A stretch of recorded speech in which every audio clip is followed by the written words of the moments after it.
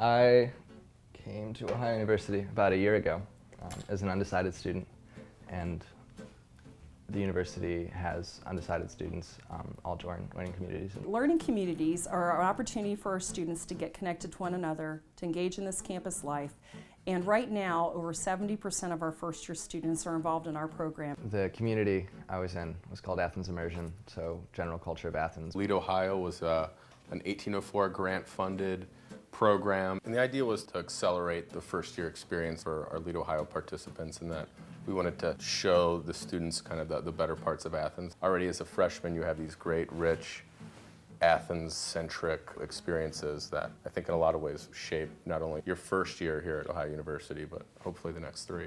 One facet of that was music, in which Athens has a vibrant music culture. It's actually one of the things that drew me to the university to begin with. We had going to your house, Kevin, was that the end of the year? Yeah, the end of the year Lead Ohio dinner, where I think 40 first-year students came out to our little ranch, and we had kind of a farmer's market feast. I'll never forget circling up in the living room, and you had your guitar, and Jonathan Renard, our peer mentor, had his guitar, and just seeing everybody kind of playing music and chit-chatting, and it was a pretty special thing to witness. That experience is great, like among the students as well, but to have Jonathan in there as an upperclassman and as, you know, a mentor, like person to look up to is cool. Peer mentors are upper class students assigned to each learning community to help engage our students in the life of the university. And we know that our students are more influenced positively by their peers, so we have someone designed to help them be guided in positive ways to our campus life. To have that bond with an upperclassman right away sort of humanizes them a bit. In my free time, I was reading Portrait of the Artist as a Young Man by James Joyce.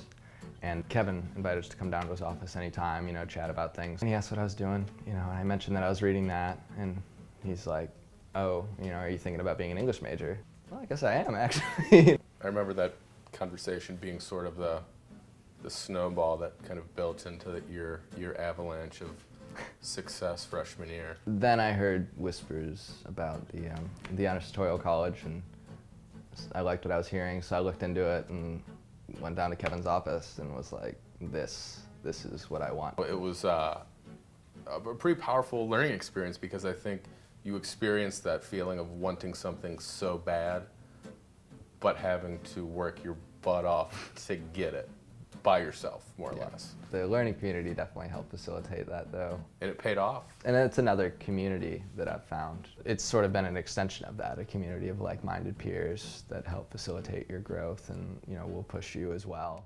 People who donate to learning communities are helping us tremendously with out-of-class activities with our students. Being able to say yes to a creative idea that someone has, and then to support that, directly affects our student success and the engagement that they have in our campus and each other. I'd definitely like to thank anybody who's made gifts or donations to the learning community environment. The more we can not only maintain the great work we're doing in learning communities, but grow and expand programming opportunities, service learning opportunities that are unique and that bring students into the cultural fabric of Athens and OU, I think big things can only happen. So James, what are you working on these days?